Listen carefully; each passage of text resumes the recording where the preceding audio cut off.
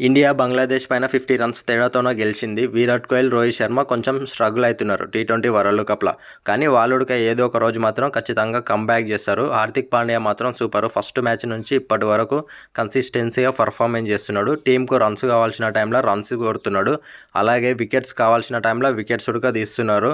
నిన్న బంగ్లాదేశ్ పైన రోహిత్ శర్మ, హార్దిక్ పాండ్యా ఇద్దరు కెప్టెన్, వైస్ కెప్టెన్ ఇద్దరు మంచిగా ప్లాన్ చేసి ఫీల్డ్ సెట్ చేసి లింటన్ దాస్ ఫామ్లోకి వచ్చే మూమెంట్లో లింటన్ దాస్ వికెట్ తీసిండు హార్దిక్ పాండ్యా. రోహిత్ శర్మ, హార్దిక్ పాండ్యా ఇద్దరు మంచిగా మాట్లాడుకొని ఫీల్డింగ్ సెట్ చేస్తున్నారు. చాలా బాగా అనిపిస్తుంది చూడడానికి.